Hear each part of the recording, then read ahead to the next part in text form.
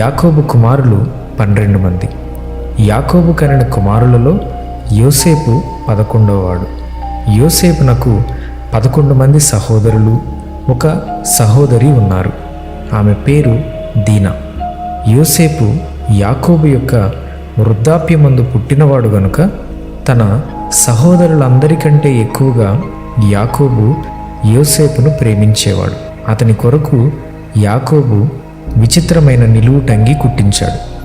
యాకోబు యోసేపును అందరికంటే ఎక్కువగా ప్రేమించుట చూచినప్పుడు అతని సహోదరులు అతని మీద పగపట్టిరి. యోసేపు చిన్నతనములోనే తన తల్లి అయిన రాహేలు మరణించడం వలన అతడు తన తండ్రి భార్యలైన బిల్హా మరియు జిల్ఫా కుమారులతో పెరిగాడు. Please visit our YouTube channel for more content.